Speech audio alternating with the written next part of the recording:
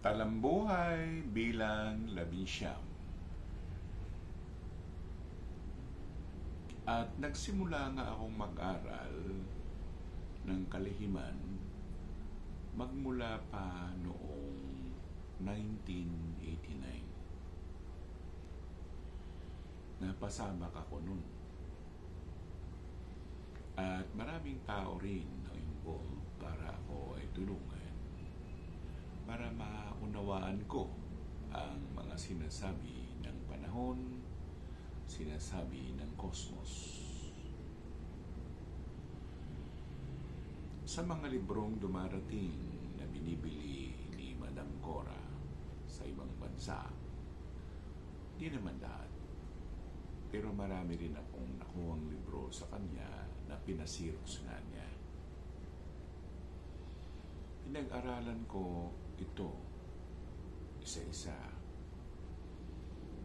Pero yung tarot, nag-self-study ako. Pero habang ako naman ay nag-self-study, lalo akong naguguluhan. Kaya sinubukan kong gawin ang mag-isip. Paano ko maiintindihan ang mga sinasabi ng nasabing baraha, mga symbology. Gayon din ang pag-aaral ng mga linya sa kamay o palmistry. Mga libro nang galing ng India dahil nung taong 2002, ako ay sinama ng dalawa kong boss sa India upang puntahan ang katakumba ni Mother Teresa sa Delhi. Karating ako doon at ako naman ay nagbigay pugay sa dalawang santo na si Hanuman o Lord Hanuman at si Lord Ganesh. At mahaba pang pag-aaral.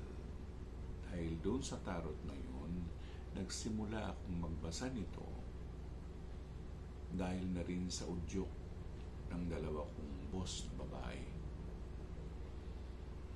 Noong una, hindi ako gumagamit ng mga divinatory tools kagaya ng pendulum, kagaya nitong tarot, ng wax, ng crystals. Ang ginawa ko, hindi ko alam kung paano.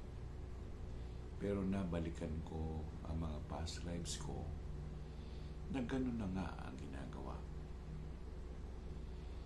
At inisa-isa ko lahat ito. Pinagsabay ko ang pagbabasa sa libro at ang pagpunta ko sa astral plane ng aking past lives.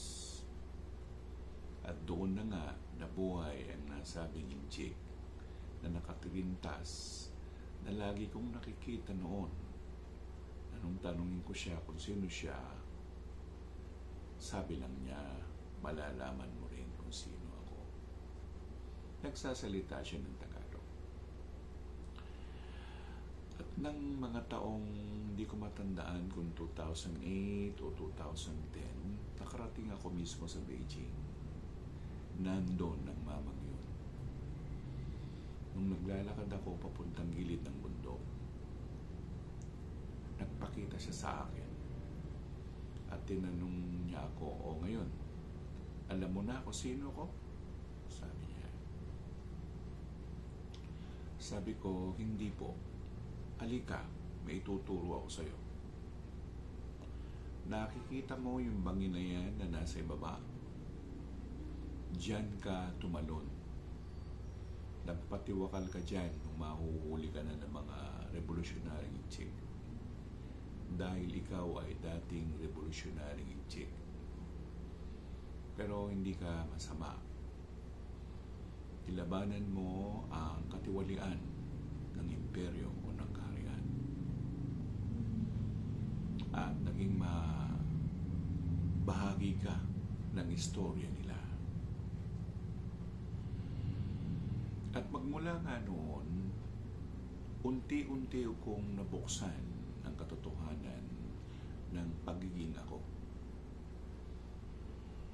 Hindi ko rin maunawaan bakit ito ginagawa ng sarili kong katawan sa sarili kong katawan. Hanggang sa ngayon, ginagawa ko pa rin ang mga bagay-bagay para maunawaan ko. Pero maraming pagsubok, maraming dapat gawin. Hindi matapos-tapos. Hindi matapos-tapos ang pag-aaral. Magmula noong 1989 hanggang ngayon, nag-aaral pa rin ako ng mga katotohanang nakapaligid. Dahil napakalawak ng kosmos. At hindi lamang spiritual world ang malawak. Pati ang physical world ay malawak. Sa susunod nating talambuhay, papaliwanag